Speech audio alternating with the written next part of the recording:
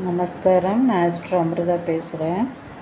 இன்றைக்கி நம்ம பார்க்க போகிற கிரகங்களும் அதற்கு இணையான கேள்வியும் பதிலும் தான் பார்க்க போகிறோம். கேள்வி என்னவென்றால், பயம் நீங்கி செயல்களில் வெற்றி பெற என்ன செய்ய வேண்டும்? பொதுவாகவே சிலருக்கு ஆணாகட்டும் பெண்ணாகட்டும், அதாவது ஆண் ஜாதகரோ பெண் ஜாதகரோ, இவர்களுக்கு திறமை இருந்தாலும் சில சமயங்களில் அவர்கள் ஏதோ ஒரு காரணத்திற்காக பயத்தினால் அந்த திறமையை வெளிப்படுத்தாமல் இருப்பார்கள். எனவே அந்த திறமை வெளிப்படாமல் போனால் நல்ல செயலும் வெளிப்படாமல் போகும். எனவே நல்ல செயலும் வெளிப்படாமல் இருந்தால் அங்கு அந்த ஜாதகருக்கு வெற்றி என்பது கிடைப்பது அரிதுதான். எனவே தான் இந்த கேள்வியில் என்ன கொடுத்திருக்கிறார்கள், பயம் நீங்கி நாம் செய்யும் செயல்களில் வெற்றி கிடைக்க என்ன செய்ய வேண்டும் என்று. பொதுவாகவே பயத்திற்கான கிரகம் என்று சொல்லப்போனால் புதனை குறிப்பார்கள். ஒரு ஜாதகத்தில் ஜாதகர் ஆணாகவோ பெண்ணாகவோ இருக்கட்டும், அந்த ஜாதகத்தில் புதன் ஒரு நல்ல நிலையில் இல்லை, ராசி கட்டத்தில் நல்ல நிலையில் இல்லை என்றால், ஜாதகத்தில் உள்ள ராசி கட்டத்தில் நல்ல நிலையில் இல்லை என்றால் நிச்சயம் புதனின் அந்த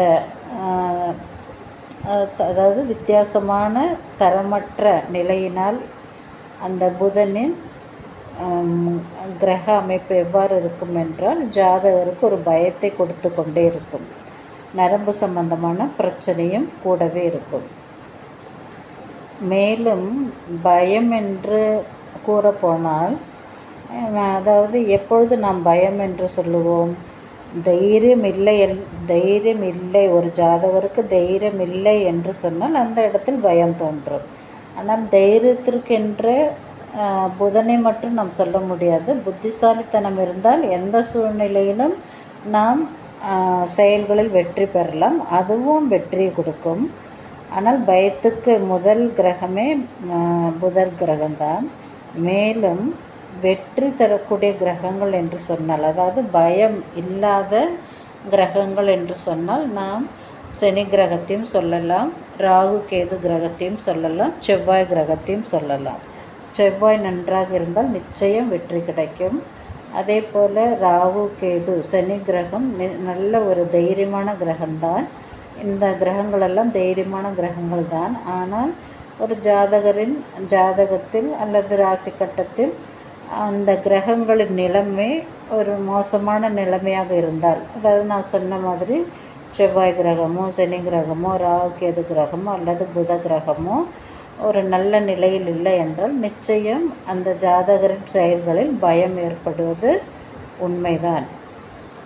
இப்படி இருக்கும் பொழுது அந்த ஜாதகர் தான் செய்யும் செயலில் எந்த விதத்தில் வெற்றியை காணலாம் என்று நாம் கேள்வி எழுப்பினால், இந்த கேள்வியில் அடங்கியிருக்கும் கிரகங்களை நாம் பார்த்தோம்.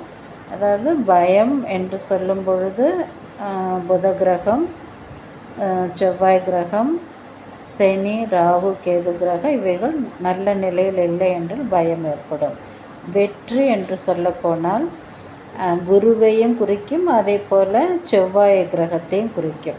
ஏனென்றால் செவ்வாய் கிரகம் நல்ல நிலையில் இருந்தாலும் குரு நல்ல நிலையில் இருந்தாலும் எத்தகைய காரியத்திலும் வெற்றி பெற்று வரலாம்.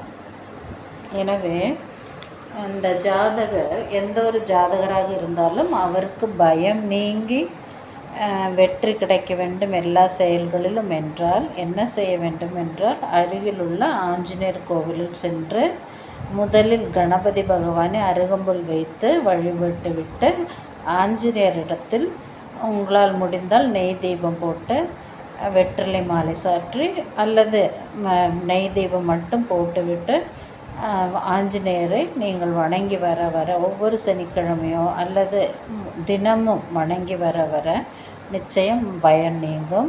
அப்படியே இல்லை என்றால் புகழ்பெற்ற இடமான மதுரை அருகிலுள்ள மண்ணாடி மங்கலம் நரசிம்மர் கோவிலில் ஆஞ்சநேயர் தன்னைத்தானே வணங்கும் அபூர்வ கோலத்தில் காட்சி அளிக்கிறார்.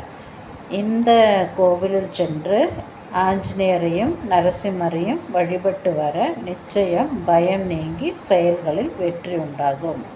எனவே இந்த வீடியோவில் நாம் பார்த்தது பல கிரகங்களும் பயத்திற்குரிய கிரகங்களும் அந்த பயத்தை எவ்வாறு நீக்க வேண்டும் என்பதை பற்றி தான்.